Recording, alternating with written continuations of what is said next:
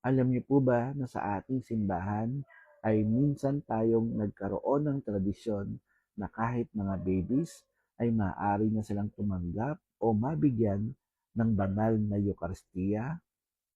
Ito po ay isinagawa sa Latin Church o sa Roman Church at sa Eastern Catholic Church, in particular ng mga Maronite churches. Natigil na lamang ito noong 1300s. Para sa ating simbahan, ang mga sanggol ay nangangailangan din ng tinatawag nating core sacraments.